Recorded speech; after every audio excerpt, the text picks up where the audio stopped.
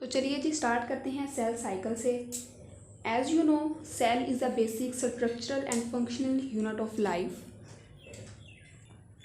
And cycle means period, चक्कर, दौरानिया। यानी कि एक सेल पैदा होने से लेकर मरने तक जिन जिन प्रोसेसेस से, जिन इवेंट्स से गुजरता है उसे हम बोलते हैं सेल साइकिल।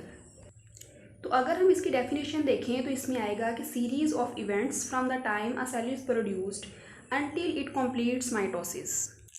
तो बच्चे, इस डेफिनेशन का ये मतलब है कि जब एक सेल प्रोड्यूस हो जाता है उस टाइम से लेके जब तक वो मैच्योर होता है और अपने जैसे नए सेल्स या अपने डॉटर सेल बनाता है यानी माइटोसिस करता है, उस टाइम तक सेल के अंदर जितनी भी चेंजेस आती हैं, जितने भी इवेंट्स होते हैं, उन इवेंट्स की जो सीरीज़ होती हैं यानी कि स्टेप बाय स्टेप जो प्रोसेसेस होते हैं, इन सारे प्रोसेसेस को हम बोलते हैं cell cycle.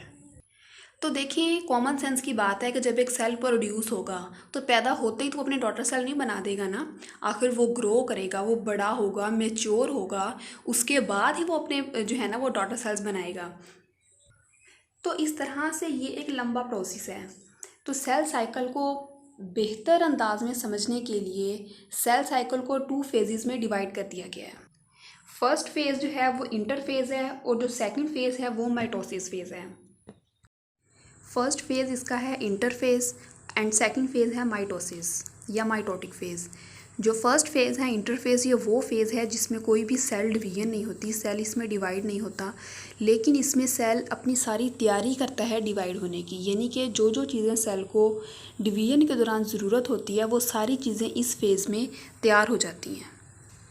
For example, cell को सेल डिवीजन के दौरान एनर्जी की ज़रूरत होती है, प्रोटीन्स की ज़रूरत होती है। तो इंटरफेज़ के दौरान सेल क्या करता है कि अपनी प्रोटीन की जो सिंथेसिस है वो भी कर लेता है और जितनी भी इसको एनर्जी चाहिए होती है उसकी भी प्रोडक्शन हो जाती है। इंटरफेज़ जो है इसके फर्दर 3 फेजेस हैं, G1 phase, S phase and G2 phase.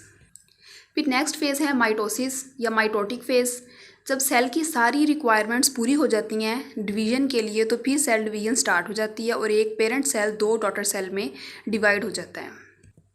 Basically ये सेल साइकिल के ही 2 फेजेस हैं, लेकिन इसमें जो इंटरफेज़ होता है वो ज़्यादा टाइम पीरियड के लिए होता है और जो माइटोसिस है इसका ड्यूरेशन कम होता है। अगर हम सेल साइकिल को 100% कंसीडर करें तो उसमें 90% जो है वो इंटरफेज़ होता है और 10% जो है वो माइटोसिस होती है।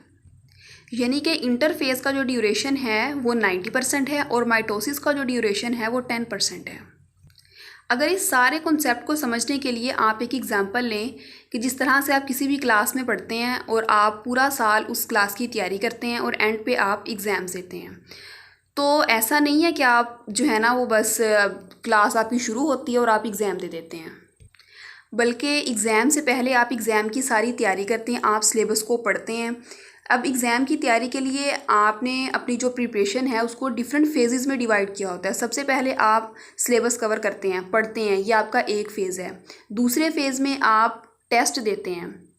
फिर तीसरे फेज़ में आप कंप्लीट बुक के टेस्ट देते हैं। पहले आपके टेस्ट जो हैं वो टॉपिक वाइज होते होंगे, फिर जो है वो चैप्टर वाइज होते होंगे, फिर हाफ बुक का, फिर कंप्लीट बुक का।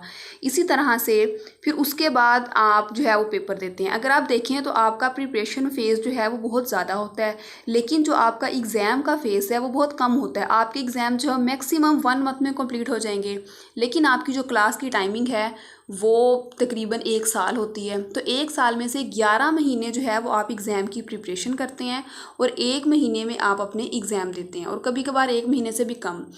तो बिल्कुल इसी तरह से जो इंटरफेज़ है ये बहुत ज़्यादा है, क्योंकि ये तैयारी का मरहला है ना, इसमें सेल ने अपने आप को डिवीज़न के लिए तैयार करना है और जो डिवीज़न होनी है वो बहुत जल्द हो जानी है।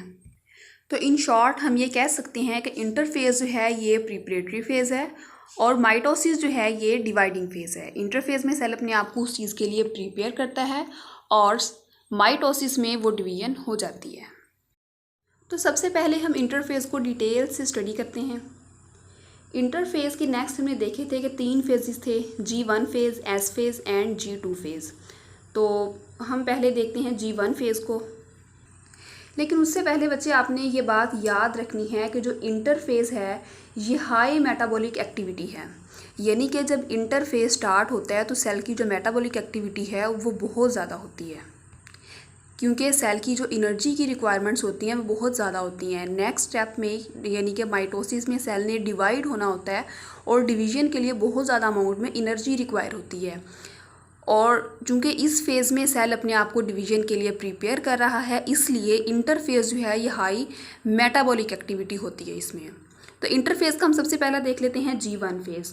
तो G1 फेज़ में क्या होगा कि सेल इंक्रीजेस प्रोटीन सप्लाई, कि सेल क्या करेगा, अपनी जो प्रोटीन की सप्लाई है उसको इंक्रीज़ कर देगा। नंबर 2 पे सेल क्या करेगा कि इंक्रीजेस नंबर ऑफ ऑर्गेनेलीज। अब सेल जो है वो सारी ऑर्गेनेलीज बनाएगा जो कि इसके लिए फ़ायदेमंद होंगी। फॉर एग्जांपल राइबोसोम्स बनेंगे। राइबोसोम का फंक्शन क्या है कि इन्होंने ज़्यादा से ज़्यादा प्रोटीन को सिंथेसाइज करना है। नंबर 2 पे माइटोकॉन्ड्रिया। माइटोकॉन्ड्रिया क्या है कि ये पावर हाउस हैं सेल के, इन्होंने ज़्यादा से ज़्यादा एनर्जी जनरेट करनी है। नंबर 3 पे सेल क्या करता है, ग्रोज इन साइज़, के सेल जो है वो अपना साइज़ भी ग्रो करता है। अब इन तीनों फंक्शंस के अलावा G1 फेज़ में सेल वो तमाम इंजाइम्स भी सिंथेसाइज करता है जो कि नेक्स्ट S फेज़ में ज़रूरत होते हैं। फॉर एग्जांपल S फेज़ में किस लिए ज़रूरत पड़ती है उन इंजाइम की, for the duplication of chromosomes. तो देखिए बच्चों, ये मैंने एक सिंपल सी डायग्राम बनाई है कि G1 फेज़ से पहले सेल इस तरह का था, उसका साइज़ भी छोटा था और उसके पास ऑर्गेनेलीज भी कम थी। लेकिन G1 फेज़ के बाद क्या हुआ कि सेल का साइज़ भी इंक्रीज़ हुआ, इनके ग्रो इन साइज़, और उसके अंदर जो ऑर्गेनेलीज थी उनकी अमाउंट जो है वो भी ज़्यादा हो गई।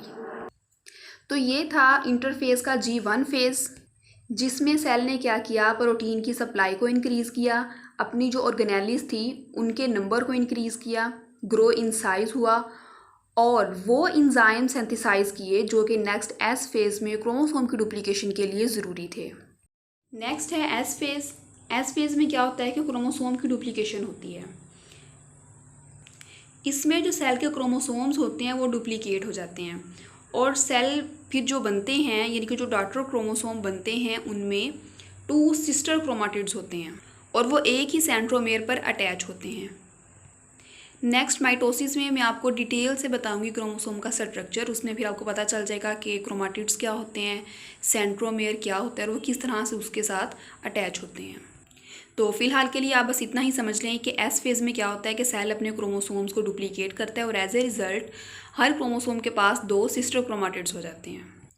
तो उसके बाद बच्चे आता है G2 फेज़, यानी कि इंटरफेज़ का आखिरी फेज़। अब बेसिकली अगर देखा जाए तो अब इंटरफेज़ का ये आखिरी फेज़ है। जब इंटरफेज़ ख़त्म होगा तो नेक्स्ट कौन सा फेज़ स्टार्ट होगा, माइटोटिक फेज़। इसलिए ये जो इंटरफेज़ का आखिरी फेज़ है इसमें सेल ने वो चीज़ें तैयार करनी है जो नेक्स्ट माइटोसिस में रिक्वायर्ड है, वहाँ पे यूज़ होंगी।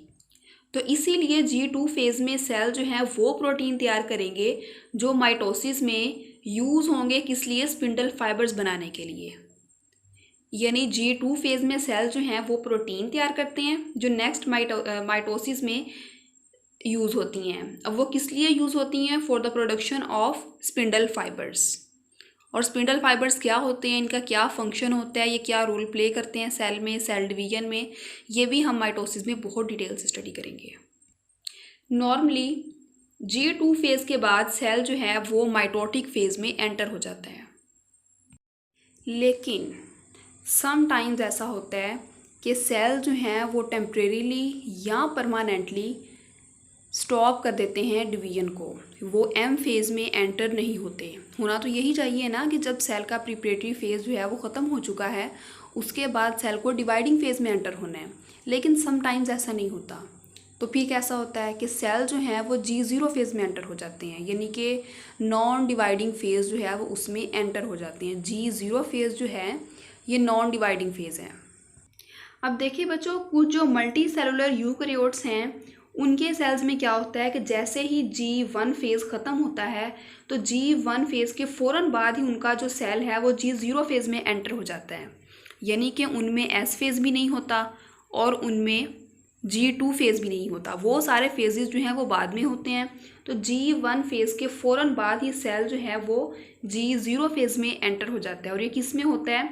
मल्टी सेलुलर यूकैरियोट्स में। ये आपने पॉइंट्स याद रखने हैं। फिर उसके बाद कुछ सेल्स ऐसे होते हैं जो इनडेफिनेट पीरियड के लिए G0 फेज़ में रहते हैं। फॉर एग्जांपल न्यूरॉन्स के न्यूरॉन सेल जो हैं वो इनडेफिनेट पीरियड के लिए G0 फेज़ में रहते हैं, यानी कि उनका जो G0 फेज़ में रहने का ड्यूरेशन होता है वो डिफाइन नहीं होता। हमें नहीं पता होता कि उन्होंने G0 फेज़ में कितनी देर के लिए रहना है, आया कि चंद मिनटों के लिए रहना है, चंद घंटों के लिए रहना है, चंद दिनों के लिए रहना है, या चंद सालों के लिए रहना है, इसका कुछ नहीं पता होता। यानी कि इनडेफिनेट पीरियड के लिए ये उधर रहते हैं। लेकिन कुछ सेल्स ऐसे होते हैं जो कि सेमी परमानेंटली G0 फेज़ में रहते हैं।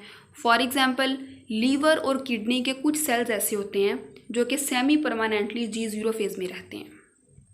लेकिन उसके अलावा कुछ सेल्स ऐसे भी होते हैं जो कि G0 फेज़ में सिरे से एंटर ही नहीं होते। For example epithelial cells. Epithelial cell जो हैं ये ऐसे सेल्स हैं जो कि G0 फेज़ में एंटर नहीं होते। इनमें वो जो सीधा सीधा पैटर्न हमने पढ़ा था ना कि इंटरफेज़ में सबसे पहले G1 फेज़ होगा, S फेज़ होगा, G2 फेज़ होगा, और उसके बाद फ़ौरन से सेल जो है वो M फेज़ यानी कि माइटोटिक फेज़ में एंटर हो जाएगा। तो इसमें बिल्कुल वैसा ही होगा। तो ये था G0 फेज़ यानी कि पीरियड ऑफ इनएक्टिविटी। इसमें सेल जो हैं वो डिवाइड नहीं होते। तो कुछ सेल जो हैं वो इंडेफिनेट पीरियड के लिए इसमें रहते हैं, कुछ जो हैं सेमी परमानेंटली रहते हैं, और कुछ सेल्स ऐसे होते हैं जो कि G0 फेज़ में एंटर ही नहीं होते। जी तो बच्चे, सेल साइकिल का पहला फेज़ हमने पढ़ लिया, इंटरफेज़, जिसमें सेल ने जो है वो डिवाइड होने की सारी तैयारी कर ली। प्रोटीन्स भी बन गई, सेल साइज़ में भी इंक्रीज़ हो गया, ऑर्गेनेलिज भी और बन गई, क्रोमोसोम्स भी डुप्लीकेट हो गए, और जो इंजाइम्स और प्रोटीन्स हमें चाहिए थे प्रोफेज़ के लिए, वो इंजाइम्स भी तैयार हो गए। तो नेक्स्ट जो अगला फेज़ है सेल साइकिल का, वो स्टार्ट हो रहा है माइटोटिक फेज़ या माइटोसिस। तो माइटोसिस का जो प्रोसेस है, इसको एक जर्मन बायोलॉजिस्ट था वाल्टर फ्लेमिंग, 1880s में उसने एक डिवाइडिंग सेल का जो न्यूक्लियस था उसको ऑब्जर्व किया था। जब उसने एक डिवाइडिंग सेल यानी कि वो सेल जिसमें डिवीजन हो रही थी, सेल डिवीजन हो रही थी, उसके न्यूक्लियस को जब उसने स्टडी किया तो उसने कहा कि ये एक सीरीज़ ऑफ चेंजेस से गुजरता है ड्यूरिंग डिवीजन। ये एक सीरीज़ ऑफ चेंजेस से गुजरता है। उन चेंजेस को उसने नाम दिया माइटोसिस का।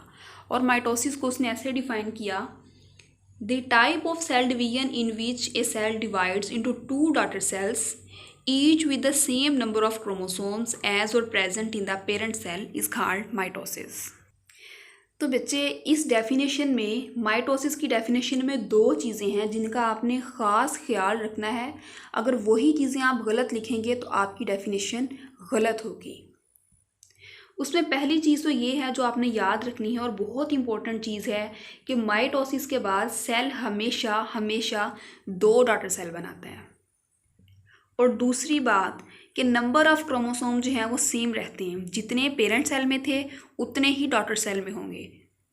यानी कि इस डेफिनेशन में हमने दो चीज़ें कौन सी देखी हैं, कि हमेशा दो डॉटर सेल बनते हैं, और दूसरी चीज़ कि नंबर ऑफ़ क्रोमोसोम्स जो हैं वो सेम होते हैं as in parent. For example अगर पेरेंट सेल में 46 क्रोमोसोम हैं तो नेक्स्ट जो टू डॉटर सेल बनेंगे उनमें हर डॉटर सेल में 46 क्रोमोसोम्स ही होंगे। यानी कि पहले डॉटर सेल में भी 46 और दूसरा जो डॉटर सेल है उसमें भी 46। फिर बचे माइटोसिस का नेक्स्ट मोस्ट इम्पॉर्टेंट पॉइंट, ये आपसे पूछा जा सकता है कि माइटोसिस जो है ये किस में होती है, प्रोकैरियोट्स में या यूकैरियोट्स में। तो माइटोसिस याद रखें कि हमेशा हमेशा यूकैरियोट्स में होती है, प्रोकैरियोट्स में माइटोसिस नहीं होती। क्यों नहीं होती ये मैं नेक्स्ट आपको बताऊंगी। अब यूकैरियोट के भी कौन से सेल्स होते हैं जिनमें माइटोसिस होती है। अब हमारे बॉडी के जो सेल्स हैं सोमैटिक सेल्स, यानी कि वो सेल्स जो हमारा बॉडी बनाते हैं। आपको पता है कि हमारे जो बॉडी है इसमें 2 टाइप के सेल्स होते हैं। वैसे तो बहुत सारी टाइप्स के होते हैं, लेकिन यहाँ पे जो हम डिफ्रेंशिएट जिन दो में कर रहे हैं वो सोमैटिक सेल्स हैं और जर्म लाइन सेल्स हैं।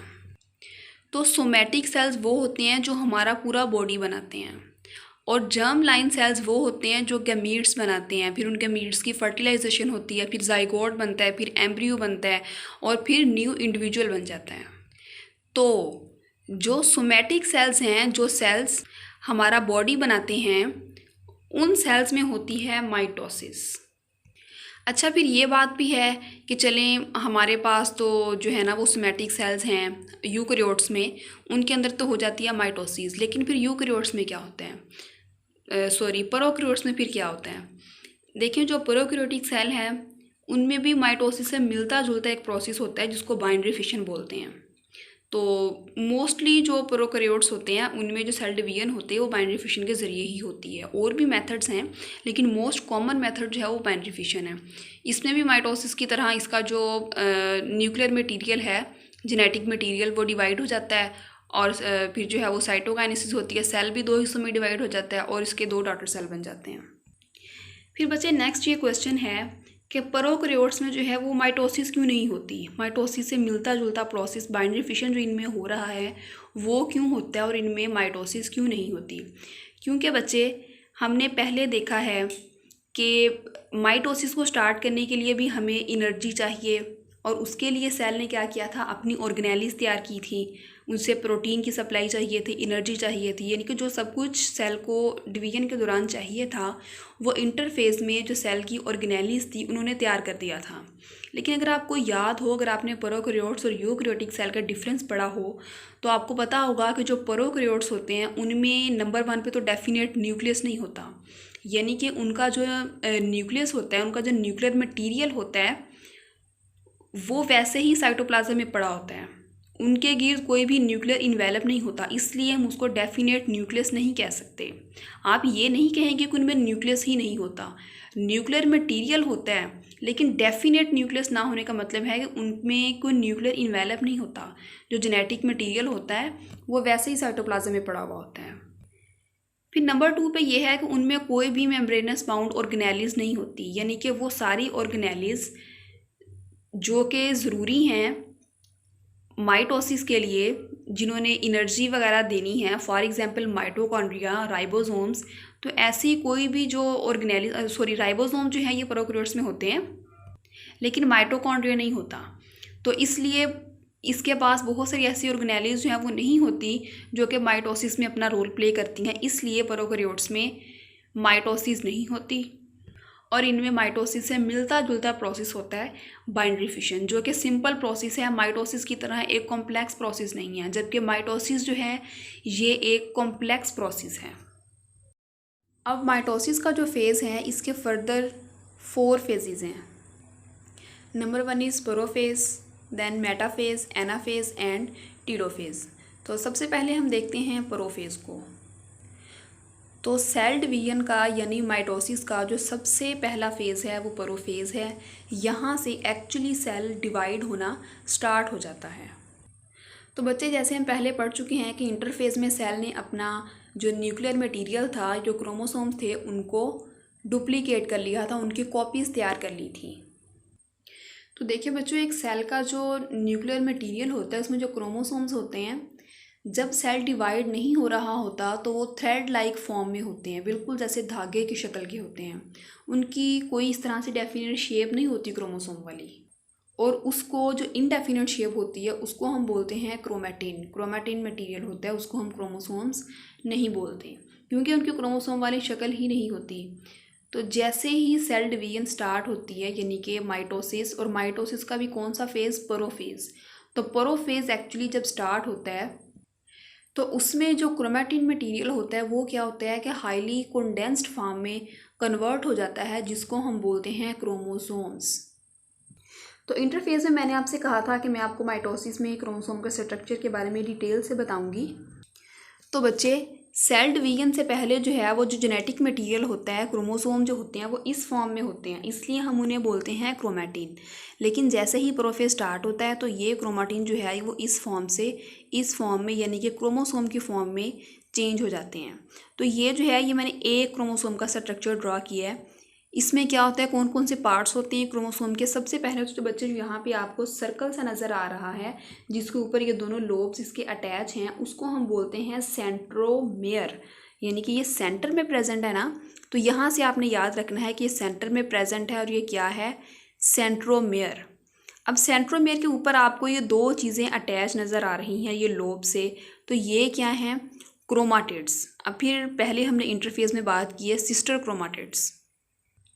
तो एस फेज़ में जब वो डिवाइड हुए तो इसके पास क्या हो गया, सिस्टर क्रोमाटिड हो गई, यानी कि इसके साथ ही इसके सिस्टर क्रोमाटिड्स यहाँ पे अटैच हो जाएंगे। उसके अलावा बच्चों सेंट्रोमेयर के ऊपर एक और स्ट्रक्चर होता है, जिस तरह से एक हुक होती है वैसा एक स्ट्रक्चर होता है, हुक लाइक एक स्ट्रक्चर है जिसका नाम है काइनेटोकोर। तो बच्चे काइनेटोकोर कैसा होता है, इसका क्या फंक्शन होता है, इसको समझाने के लिए मैं आपको एक एग्जांपल देती हूँ। ये मैंने एक बनाया है हैंगर, जिसमें आप लोग कपड़े हैंग करते हैं, हम भी उसी में करते हैं, जिसमें हम यानी कि एक हैंगर जिसमें हम कपड़े हैंग करते हैं। तो चलिए अभी ये जैसा भी बना एक्सेप्ट करें।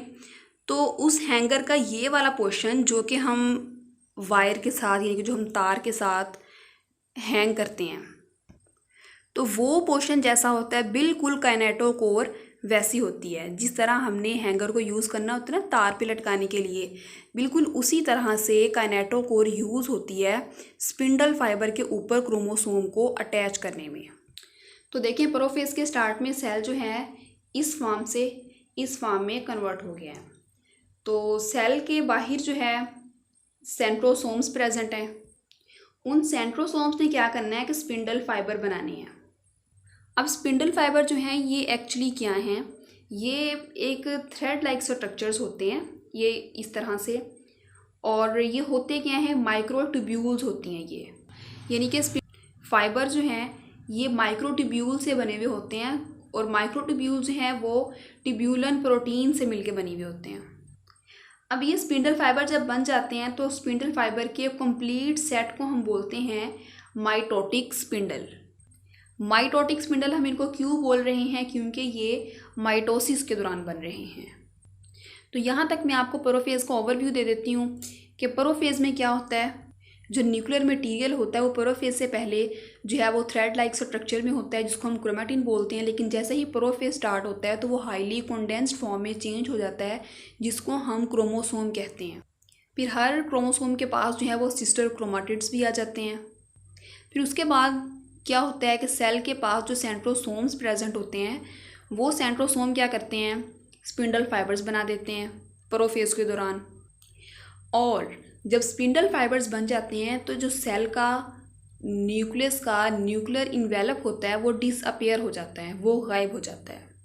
तो बच्चे याद रखें कि प्रोफेज में बेसिक 3 काम होते हैं। पहला काम, क्रोमाटिन कन्वर्ट होता है क्रोमोसोम में। दूसरा काम, सेंट्रोसोम बनाते हैं स्पिंडल फाइबर्स। तीसरा काम, सेल का जो न्यूक्लियर इन्वेलप है वो डिसअपियर हो जाता है। अब ये तो सारा हमने देख लिया एनिमल सेल का, कि एनिमल सेल का आपको पता है कि सेंटर में न्यूक्लियस प्रेजेंट होता है और ये सारा कुछ न्यूक्लियस में हो गया। लेकिन अगर हम प्लांट सेल की बात करें, माइटोसिस तो उनमें भी होनी है, लेकिन उनमें जो है ना ये प्रॉब्लम आ जाती है। उनमें प्रॉब्लम ये आती है कि उनके सेल के सेंटर में तो वैक्यूल प्रेजेंट होता है। हालांकि सेल डिवीजन के लिए तो न्यूक्लियस को सेंटर में होना चाहिए था ना, लेकिन प्लांट सेल के सेंटर में तो वैक्यूल प्रेजेंट है और न्यूक्लियस जो है वो बहुत छोटा है और एक साइड पे प्रेजेंट है, और वैक्यूल का साइज़ जो है वो न्यूक्लियस के मुकाबले में बहुत ज़्यादा है।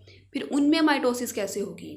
तो बच्चे होता इस तरह से है कि जैसे ही माइटोसिस जो है वो स्टार्ट होती है तो सेल का जो वैक्यूल है वो साइड पे चला जाता है और जो न्यूक्लियस है वो सेल के सेंटर में आ जाता है। यानी कि जो वैक्यूल है वो बेचारा शरीफ बन के साइड पे चला जाएगा कि चलो इतनी देर जो है ना वो मैंने चौधराहट कर ली है सेल पे, अब न्यूक्लियस तुम्हारी बारी है, डिवीजन होनी है, अब चलो तुम आ जाओ सेल के सेंटर में। वो न्यूक्लियस को जगह दे देगा सेल के सेंटर में और न्यूक्लियस फिर कहेगा कि चलो मैं सेल के सेंटर में तो आ ही गया हूँ, वो वैक्यूल वाली जगह तो मैंने ले ही ली है, मेरा साइज़ तो वैक्यूल के मुकाबले में छोटा था, क्यों ना मैं अपना साइज़ बड़ा कर लूँ। और न्यूक्लियस जो है वो अपना साइज़ बड़ा कर लेगा। फिर जब न्यूक्लियस का साइज़ जो है वो इंक्रीज़ हो जाएगा तो फिर सारा प्रोसेस वही होगा माइटोसिस का। ये तो थी पहली प्रॉब्लम, वो सॉल्व हो गई। लेकिन अब इनमें तो एक और प्रॉब्लम है कि इनके पास तो सेंट्रियोल्स भी नहीं है प्लांट्स के पास। और सेंट्रियोल्स ने क्या करना है, स्पिंडल फाइबर्स बनाने हैं। और अगर स्पिंडल फाइबर नहीं बनेंगे तो माइटोसिस तो नहीं होगी ना फिर। अब स्पिंडल फाइबर क्यों ज़रूरी है माइटोसिस के लिए, ये हम मेटाफेज के जो फेज़ है उसमें हम देखेंगे कि स्पिंडल फाइबर्स की ऐसी कौन सी अहमियत है जिसकी वजह से वो जो है ना, अगर नहीं होंगे तो माइटोसिस नहीं होगी। तो चलें पहले इनकी प्रॉब्लम सॉल्व करते हैं प्लांट सेल की, कि इनके पास तो सेंट्रियोल्स हैं ही नहीं, अब इनमें क्या होगा। तो देखें बच्चों, सेंट्रियोल्स इनमें नहीं है, लेकिन इनके साइटोप्लाज्म में ट्यूब्यूलन प्रोटीन्स प्रेजेंट हैं। अब ट्यूब्यूलन प्रोटीन्स इनके पास प्रेजेंट हैं, तो एनिमल सेल में भी जो स्पिंडल फाइबर्स बने थे वो ट्यूब्यूलन प्रोटीन से ही बने थे, लेकिन बनाए किसने थे, सेंट्रोसोम में। लेकिन इनमें क्या होगा, ट्यूब्यूलन प्रोटीन जो हैं वो इकट्ठी हो जाएंगी न्यूक्लियर जो इन्वेलप होगा उसकी सरफेस पे, और फिर वो क्या कर देंगी, स्पिंडल फाइबर्स बना देंगी। यानी कि ट्यूब्यूलन प्रोटीन जो हैं उन्हीं की एग्रीगेशन से स्पिंडल फाइबर्स बन जाएंगे इनमें। तो बच्चे, माइटोसिस का जो सेकंड फेज़ है वो है मेटाफेज़। अब मेटाफेज़ जो है ये नाम से जाहिर है कि इसमें मेटाफेज़ प्लेट बनेगी। ठीक है, इसमें जितने भी सेल के क्रोमोसोम्स थे, क्योंकि न्यूक्लियर इन्वेलप तो डिस्पेयर हो गया है, और जो स्पिंडल फाइबर्स हैं उन्होंने अपना बसेरा कर लिया सेल के सेंटर में, उन्होंने एक नेटवर्क बना दिया है। अब जो स्पिंडल फाइबर देखिए, अब यहाँ पे इनका कितना इम्पोर्टेंट रोल है कि इनके ऊपर जो क्रोमोसोम्स हैं वो मेटाफेज़ प्लेट बना रहे हैं। तो बच्चे, बस मेटाफेज़ में यही काम होना है कि जो क्रोमोसोम्स थे उन्होंने क्या करना है कि सेल के जो इक्वेटर है, सेल के इक्वेटर में उन्होंने स्पिंडल फाइबर्स के ऊपर मेटाफेज़ प्लेट बना देनी है। यानी कि मेटाफेज़ में सिर्फ एक काम होना है, वो क्या, कि मेटाफेज़ प्लेट बननी है सेल के इक्वेटर में। तो उससे नेक्स्ट स्टेप है एनाफेज़, यानी कि माइटोसिस का तीसरा स्टेप जो है वो है एनाफेज़। तो एनाफेज़ में क्या होगा, जो काइनेटोकोर स्पिंडल फाइबर्स होंगे वो क्रोमोसोम को जो उनकी तरफ का सेंट्रोमियर होगा उसकी तरफ पुल करना स्टार्ट कर देंगे। तो बच्चे, यहाँ पे मैं एक चीज़ आपको बता दूँ, काइनेटोकोर स्पिंडल फाइबर्स और नॉन काइनेटोकोर स्पिंडल फाइबर्स। तो जब ये स्पिंडल फाइबर्स बनते हैं, इनमें से जिनके ऊपर क्रोमोसोम्स अटैच होते हैं वो काइनेटोकोर, और जिनके ऊपर ये नहीं अटैच होते, जो लेंथ में ज़्यादा होते हैं, वो होते हैं नॉन काइनेटोकोर स्पिंडल फाइबर्स। तो जब ये ओरिजिनेटिंग सेंट्रोमेयर, यानी कि जिस सेंट्रोमेयर से ये अराइज हुए हैं स्पिंडल फाइबर्स, ये सिस्टर क्रोमाटिड्स को अपनी अपनी तरफ खींचना शुरू कर देंगे। तो एज ए रिजल्ट क्या होगा कि सिस्टर क्रोमाटिड्स सेपरेट हो जाएंगे। जिस तरह से पहले आप ये देखें, मेटाफेज़ प्लेट में ये इकट्ठे थे, ठीक है, दोनों जो सिस्टर क्रोमाटिड्स हैं वो इकट्ठे थे। लेकिन अब एनाफेज़ में क्या हो गया कि जब स्पिंडल फाइबर्स ने उन्हें अपनी तरफ खींचा, यानी कि अपने रिस्पेक्टिव सेंट्रोमेयर की तरफ, सेंट्रोसोम की तरफ खींचा, तो क्या हुआ कि सिस्टर क्रोमाटिड जो हैं वो एक दूसरे से सेपरेट हो गए। तो at the end of anaphase क्या होता है कि जो क्रोमोसोम्स होते हैं सेल के अंदर, उनकी आइडेंटिकल कॉपीज़ बन जाती हैं एट ऑपोजिट पोल्स के, सेल के दोनों पोल्स पे, यानी कि एक दूसरे के अपोजिट है ना, अपोजिट पोल्स पे क्या होगा कि एनाफेज़ के एंड पे आइडेंटिकल कॉपीज़ बन जाएंगी। तो जैसे ही एनाफेज़ एंड होगा तो टीलोफेज़ का प्रोसेस स्टार्ट हो जाएगा। अब याद रखें बच्चों, जो टीलोफेज़ का प्रोसेस है ये रिवर्स प्रोसेस है प्रोफेज़ के। प्रोफेज़ में जो कुछ हुआ था टीलोफेज़ में उसके बिल्कुल उलट हो जाएगा। तो प्रोफेज़ में हमने कौन सी 3 चीज़ें कहा था कि इसमें होती हैं, तो रिकॉल करें उन्हें। जो क्रोमाटिन था वो क्रोमोसोम में चेंज हुआ था, नंबर 1 पे। नंबर 2 पे स्पिंडल फाइबर्स बने थे। नंबर 3 पे न्यूक्लियर इन्वेलप जो है वो डिसअपियर हो गया था। तो इसमें वही सारा काम दोबारा हो जाएगा, यानी कि स्पिंडल फाइबर के प्रोफेज़ के बिल्कुल अपोजिट इसमें वर्क होगा। क्या होगा कि न्यूक्लियर इन्वेलप रिफॉर्म्स, वहाँ पे न्यूक्लियर इन्वेलप जो था वो डिसअपियर हुआ था, तो इसमें क्या होगा कि न्यूक्लियर इन्वेलप दोबारा से बन जाएगा। और इसमें क्या होगा कि जो क्रोमोसोम्स हो जाएंगे वो भी अनवाइंड होंगे टू फॉर्म क्रोमेटिन। पहले क्या हुआ था प्रोफेज़ में, क्रोमाटिन जो है वो कंडेंस हुआ था टू फॉर्म क्रोमोसोम, लेकिन टीलोफेज में उसके बिल्कुल अपोजिट होगा। इसमें क्रोमोसोम्स बने हुए हैं, वो अनवाइंड हो जाएंगे टू फॉर्म क्रोमाटिन, और यहाँ तक न्यूक्लियर डिवीजन जो है वो कंप्लीट हो चुकी है, कि न्यूक्लियस की डिवीजन जो है वो कंप्लीट हो गई है। देखें, अब एक सेल है, अब सेल के अपोजिट पोल पे दो न्यूक्लियस हैं, उनके गिर्द जो है वो न्यूक्लियर इन्वेलप भी है, और उनके अंदर क्रोमेटिन मटेरियल या क्रोमोसोम जो हैं वो भी प्रेजेंट हैं। तो सम टाइम बच्चे ऐसा होता है कि टीलोफेज के स्टार्ट पे या एनाफेज के एंड पे सेल जो है वो इन्वेजिनेट करने लग जाता है यहाँ से। जिस तरह से ये सेल यहाँ से इन्वेजिनेट हुआ है, इस तरह से इन्वेजिनेशन शो करता है, जो कि नेक्स्ट फिर क्या करती है, साइटोप्लाज्म की डिवीजन करती है। तो यहाँ तक बच्चे न्यूक्लियस की डिवीजन कंप्लीट हो चुकी है। नेक्स्ट जो पोर्शन है उसको आपने इग्नोर नहीं करना, क्योंकि अभी सेल की डिवीजन कंप्लीट नहीं हुई, अभी सिर्फ सेल के अंदर जो न्यूक्लियस था उसकी डिवीजन कंप्लीट हुई है। अभी सेल की डिवीजन तो होनी है, यानी कि जब साइटोप्लाज्म डिवाइड होगा, दो डॉटर सेल बनेंगे, तो सेल की डिवीजन तो फिर ही कंप्लीट होगी ना। अभी यहाँ तक सिर्फ न्यूक्लियस की डिवीजन हुई है। तो नेक्स्ट जो है वो प्रोसेस कौन सा है, साइटोकाइनेसिस। तो जो पहले हमने प्रोसेस पढ़ा वो था कैरियोकाइनेसिस। जो वर्ड कैरियोन है उसका मतलब होता है न्यूक्लियस। तो कैरियोकाइनेसिस जो है वो न्यूक्लियस की डिवीजन है, उसमें आते हैं ये सारे फेजेस। माइटोसिस उसमें आता है, फिर नेक्स्ट माइटोसिस के जो चारों फेजेस हैं, prophase, metaphase, anaphase and telophase, ये सारे आते हैं कैरियोकाइनेसिस में। और जो दूसरा है वो है साइटोकाइनेसिस, यानी कि डिवीजन ऑफ साइटोप्लाज्म। तो याद रखें बच्चों, जो साइटोकाइनेसिस है ये एनिमल सेल में और तरह से होती है और प्लांट सेल में और तरह से होती है। क्यों दोनों में डिफरेंट क्यों होती है? क्योंकि बच्चों एनिमल सेल में सेल वॉल नहीं होती, जबकि प्लांट सेल में सेल वॉल प्रेजेंट होती है, जो कि हाईली रिजिड स्ट्रक्चर है और प्लांट सेल को सपोर्ट प्रोवाइड करती है। इसलिए प्लांट सेल की जो साइटोकाइनेसिस होती है वो डिफरेंट होती है एनिमल सेल की साइटोकाइनेसिस से। तो देखते हैं कैसे होती है इनमें साइटोकाइनेसिस। तो सबसे पहले हम देखते हैं बच्चे एनिमल सेल को। तो जो एनिमल सेल है इसमें जो साइटोकाइनेसिस का प्रोसेस होना है वो क्लीवेज के ज़रिए होता है। अब क्लीवेज इसमें कैसे होती है कि सेल जो है वो इन्वेजिनेट करता है टूवर्ड्स द सेंटर। जब ये यहाँ से इन्वेजिनेट करता है तो फिर क्या होता है कि यहाँ पे एक फ्यूरो बन जाती है। फिर उसके बाद सेल का साइटोप्लाज्म डिवाइड हो जाता है और एक पेरेंट सेल दो डॉटर सेल में कन्वर्ट हो जाता है।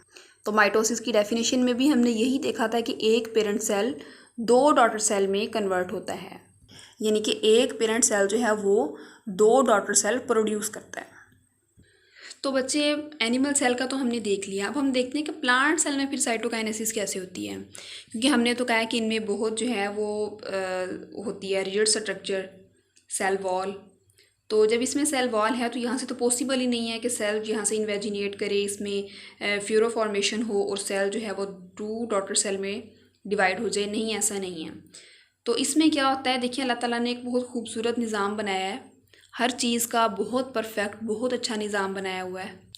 तो प्लांट सेल के अंदर जो गोल्जी अपरेटस होता है, गोल्जी बॉडीज़ होती हैं, वो क्या करती हैं कि वेसिकल्स रिलीज़ करती हैं। उन वेसिकल के पास वो मटेरियल होता है जो कि सेल वॉल बनाने के लिए नेसेसरी होता है, यानी कि उनके पास वो बिल्डिंग ब्लॉक्स होंगे जिनसे सेल वॉल बनती है। अब वो वेसिकल्स क्या करेंगी, सेल के इक्वेटर में इकट्ठी होनी शुरू हो जाएंगी और वो यहाँ पे क्या करेंगी, एक प्लेट बना देंगी। जब वो यहाँ पे एक प्लेट बना देंगी तो यहाँ पे एक सेल वॉल बन जाएगी।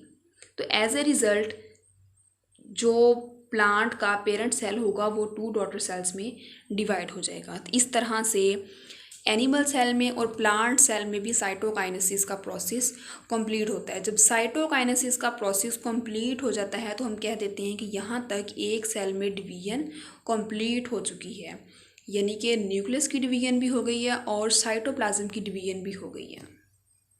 तो उसके बाद बच्चे हम देखते हैं माइटोसिस की सिग्निफिकेंस को।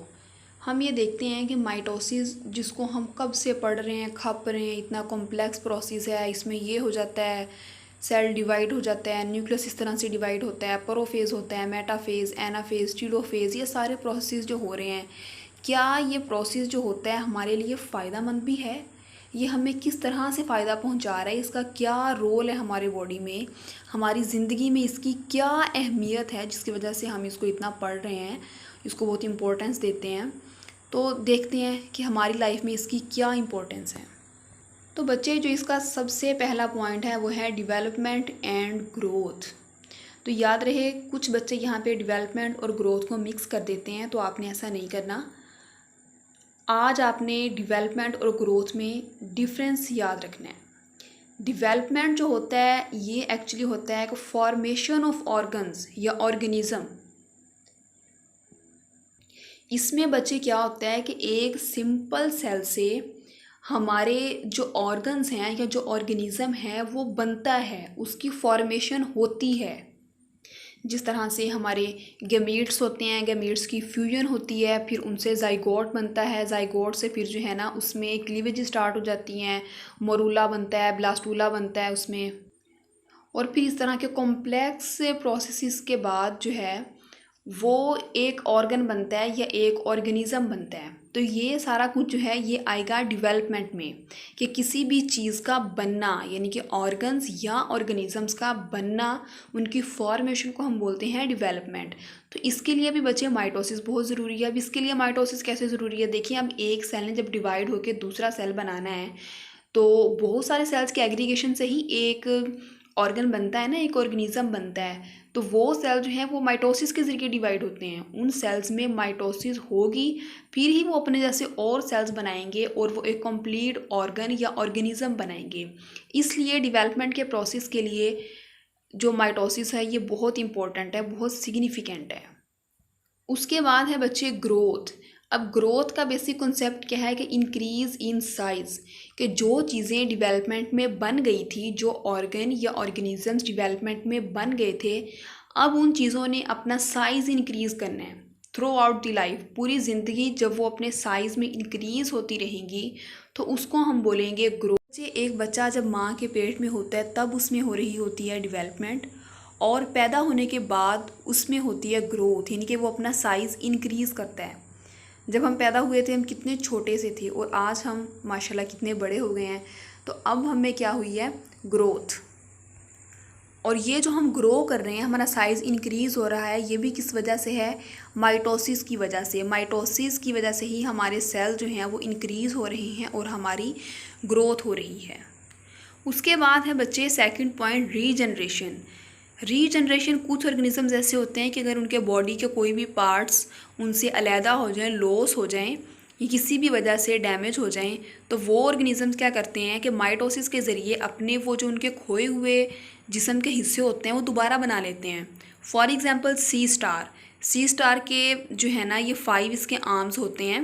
अगर इसका कोई भी एक आर्म टूट जाए, लॉस हो जाए, तो ये क्या करती है कि माइटोसिस के ज़रिए अपना वो आर्म दोबारा से बना लेती है। लेकिन हमें तो ऐसा नहीं होता कि अगर हमारा बाजू टूट जाए और वो दोबारा से उग गए नया बाजू, अगर जो है ना वो हमारी उंगली कट जाए तो हमारी उंगली जो है ना वो दोबारा से नहीं उगाती है। नहीं, ऐसा नहीं होता। लेकिन अगर हमारी फिंगर पे कट लग जाए तो कुछ दिनों बाद हम देखते हैं कि वो बिल्कुल ठीक हो जाता है। वहाँ पे जहाँ पे कट लगा होता है वहाँ पे बिल्कुल प्लेन स्किन होती है, नए सेल्स बन चुके होते हैं। तो वो बेटा जी जो नए सेल बनते हैं वो माइटोसिस के ज़रिए बनते हैं। उसके बाद थर्ड पॉइंट है बच्चे सेल रिप्लेसमेंट। तो बच्चे जो हमारी स्किन के और हमारे डाइजेस्टिव ट्रैक के जो सेल्स होते हैं ये कॉन्टीन्यूसली रिप्लेस हो रहे होते हैं न्यू सेल्स से। इसी तरह से बच्चे हमारे रेड ब्लड सेल्स हैं जो कि हमारा जो है ना वो ब्लड बनाते हैं, उनका ड्यूरेशन जो है, उनका लाइफ स्पैन है वो है ही 4 मंथ। 4 मंथ के बाद वो रेड ब्लड सेल्स जो हैं वो खुद ही ख़त्म हो जाते हैं और उनकी जगह पे नए सेल्स बन जाते हैं। अब ये जो नए सेल्स बनने का अमल है ये भी माइटोसिस के ज़रिए होता है। उसके बाद इसका जो है इसकी सिग्निफिकेंस माइटोसिस की वो है एसेक्सुअल रिप्रोडक्शन में। तो एसेक्सुअल रिप्रोडक्शन वो होती है कि जिसमें सिर्फ सिंगल पेरेंट इन्वॉल्व होता है। तो उसमें क्या होता है कि एसेक्सुअल रिप्रोडक्शन होती है वो डिफरेंट मेथड से हो सकती है। तो फॉर एग्ज़ाम्पल बच्चे बडिंग इन हाइड्रा।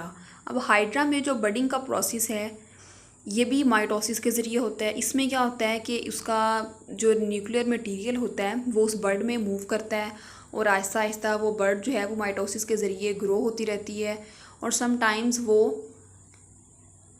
जो पेरेंट बॉडी होती है उससे सेपरेट हो जाती है और क्या करती है कि एक न्यू इंडिविजुअल बन जाता है। फिर बच्चे इसकी एक और एग्जांपल है कि वेजिटेटिव प्रोपागेशन इन प्लांट्स। अक्सर आप क्या करते हैं कि गुलाब का एक पौधा होता है, रोज़ प्लांट, उसकी आप कोई भी एक ब्रांच कट करते हैं और उसको आप ज़मीन के अंदर लगा देते हैं। तो क्या होता है, कुछ अरसे बाद वो जो आपने एक ब्रांच ज़मीन के अंदर बोई हुई होती है उससे नया रोज़ का प्लांट बन जाता है। तो उस एक ब्रांच से पूरा प्लांट बनने का जो प्रोसेस है वो भी माइटोसिस के ज़रिए ही होता है। तो देखिए माइटोसिस का प्रोसेस हमारे लिए कितना इम्पोर्टेंट है कि इन शॉर्ट आप ये कह लें कि अगर माइटोसिस ना होती तो हम भी ना होते, क्योंकि डेवलपमेंट ना होती ना, अगर माइटोसिस ना होती तो डेवलपमेंट नहीं होनी थी, अगर डेवलपमेंट नहीं होनी थी तो हमने भी नहीं होना था। तो ये था हमारा आज का माइटोसिस का प्रोसेस। आई होप कि आप सबको बहुत अच्छे से समझ आया होगा। मैंने बहुत ही सिंपल वे में आपको माइटोसिस का और सेल साइकिल का कॉन्सेप्ट दिया है। आप इसके पॉइंट्स बना के याद कर लें, इनको लिख लें, तो इंशाल्लाह कभी भी ये पॉइंट्स आपको नहीं भूलेंगे, ये टॉपिक आपको कभी भी नहीं भूलेगा। आपको रट्टा मारने की ज़रूरत नहीं पड़ेगी पेपर में, बस आपका कॉन्सेप्ट क्लियर होगा तो आप बग़ैर रिवाइज़ किए भी लिख सकते हैं। Thank you. अल्लाह हाफिज़। दुआओं में याद रखिएगा।